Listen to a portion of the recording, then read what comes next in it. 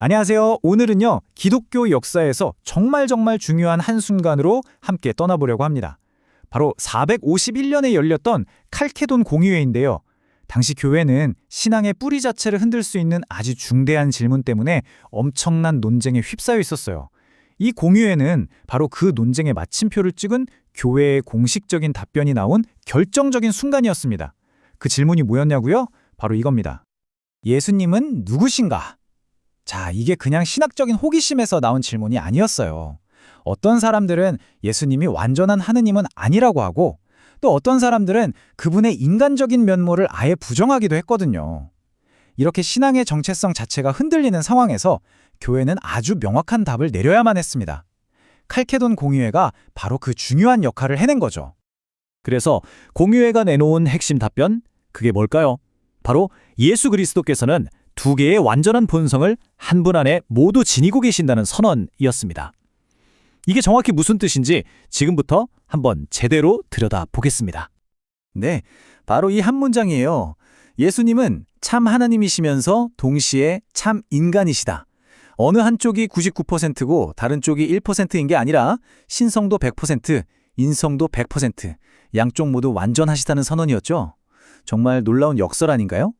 하느님 그리고 인간, 이 접속사 하만에 어마어마한 신비가 담겨 있습니다. 그럼 이 두 가지 본성을 하나씩 뜯어볼까요? 먼저 신성으로서는요, 성부 하느님과 똑같은 본질을 가지신 분, 그러니까 시간이 시작되기도 전부터 성부에게서 나신 분이라는 겁니다. 한마디로 영원한 하느님이시라는 뜻이죠. 그리고 인성으로서는 바로 우리와 똑같은 본질을 지니고 동정 마리아에게서 태어나셨습니다. 여기서 진짜 중요한 게 뭐냐면요. 예수님의 인간성이 그냥 흉내만 낸 가짜가 아니었다는 거예요.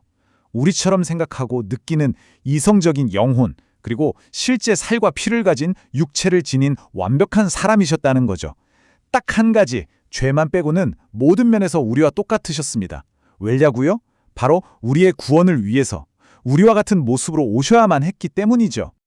공의회 선언문은 이 진리를 아주 힘주어서 이렇게 선포합니다. 우리 주 예수 그리스도께서는 신성에서 완전하시고 인성에서도 완전하시다. 한 분 안에 두 개의 완전함이 공존한다? 이 가르침 정말 강력하게 다가오지 않나요? 자, 그럼 다음 질문으로 자연스럽게 넘어가게 되죠. 무엇인지는 이제 알았는데 어떻게가 궁금해지잖아요. 아니, 어떻게 이 두 개의 완전한 본성이 한 분 안에 같이 존재할 수 있는 걸까요? 이것이 바로 결합의 신비입니다. 칼케돈 공의회가 찾아낸 기가 막힌 열쇠가 바로 위격이라는 개념이에요. 위격이란 쉽게 말해서 누루인가에 대한 답이거든요. 그러니까 예수님의 신성과 인성이라는 두 본성이 막 섞여서 새로운 존재가 되는 게 아니고요. 하느님의 아들이라는 단 하나의 위격 안으로 합쳐진다는 뜻입니다. 무엇이냐고 물으면 본성, 즉 신성과 인성 두 가지가 답이고요. 누구냐고 물으면 위격, 즉 하느님의 아들 딱 한 분이라는 거죠. 그래서 공회에는 이 신비가 오해되지 않도록 딱 4가지 안전장치를 만들어 둡니다. 이 결합이 이런 건 아니다 라고 명확하게 선을 그어준 거죠. 뭐랄까 신비로운 보물을 지키는 4개 든든한 기둥 같다고 할까요? 첫 번째 2개는 혼동도 없고 변질도 없다는 거예요. 이게 무슨 말이냐면 신성이랑 인성이 막 뒤섞여서 반신반인 같은 제3의 무언가가 되는 게 아니라는 거죠. 또 신성이 인성 때문에 약해지거나 인성이 신성 때문에 변하는 일도 없다는 뜻입니다. 각각의 본성은 완전하게 그대로 유지됩니다. 그리고 나머지 2개는 나누어지지도 않고 분리되지도 않는다는 겁니다. 한 분이신 예수 그리스도가 신적인 파트, 인간적인 파트 이렇게 쪼개지는 게 아니란 뜻이고요. 또 이 두 본성이 그 한 분 안에서 절대로 떨어질 수 없다는 거예요. 언제나 영원히 함께 존재하시는 거죠. 이 구절이 이 모든 걸 정말 완벽하게 요약해 줍니다.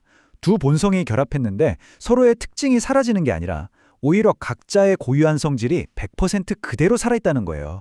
그래서 예수님 안에서 신성은 영원히 100% 신성으로, 인성은 영원히 100% 인성으로 남아있게 되는 겁니다. 자, 지금까지 좀 어려운 신학 얘기를 한 것 같죠? 근데 이게 그냥 머리 아픈 교리가 아니거든요. 그럼 이게 도대체 왜 우리한테 그렇게 중요한 걸까요?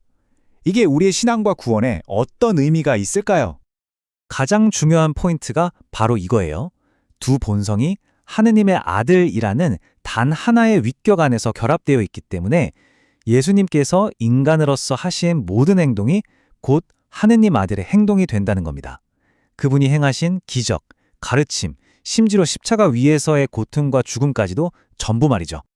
이 문장 한번 가만히 생각해 보세요.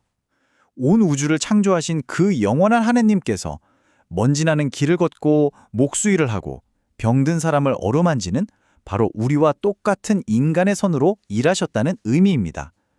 이게 바로 칼케돈의 신비가 우리에게 주는 첫 번째 놀라운 선물이에요. 여기서 한 걸음 더 나아가서요. 하느님께서 인간의 의지로 행동하셨습니다. 우리처럼 고민하고 선택하고 결단하셨다는 뜻이죠. 겟세마니 동산에서 피땀 흘리며 아버지의 뜻대로 하십시오라고 기도하셨을 때 그건 하느님께서 인간의 순종을 통해 당신의 구원을 이루시는 바로 그 순간이었습니다. 그리고 어쩌면 가장 가슴 벅찬 부분일 텐데요. 하느님께서 우리와 똑같은 인간의 마음으로 사랑하셨다는 사실입니다. 친구의 죽음 앞에서 슬퍼서 눈물을 흘리시고 아이들을 따뜻하게 끌어안으시고 우리를 위해 십자가 위에서 심장이 찢어지는 고통을 겪으셨죠. 이건 추상적인 사랑이 아니라 실제 인간의 심장 박동을 통해서 우리에게 전해진 진짜 사랑입니다. 1500년도 더 된 칼케돈 공유의 가르침은 그냥 박물관에 있는 옛날 이야기가 아닙니다. 우리가 믿는 하느님이 얼마나 우리 가까이에 그리고 얼마나 온전한 모습으로 우리에게 오셨는지를 보여주는 살아있는 진리죠. 완전한 하느님이시자 완전한 인간이신 그분을 믿는다는 것이 오늘 나의 삶과 기도에 어떤 변화를 가져다 줄 수 있을까요? 이 질문을 마음에 품고 한 주를 보내시는 건 어떨까요?